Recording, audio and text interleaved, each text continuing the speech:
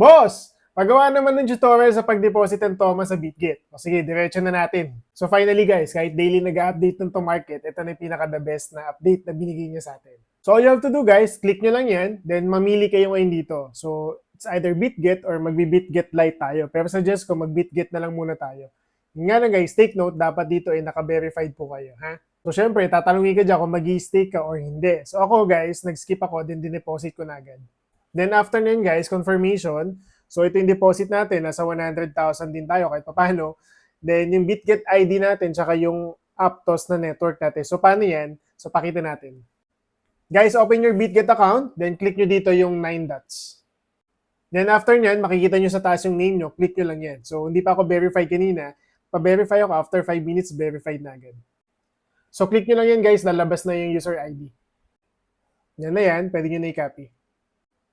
So after guys ng user ID, punta naman tayo ng assets natin para makita natin yung network naman ni to market. Click nyo to nasa baba. Ba't ganyan? Para tayong kukunin. Click nyo guys yung spot.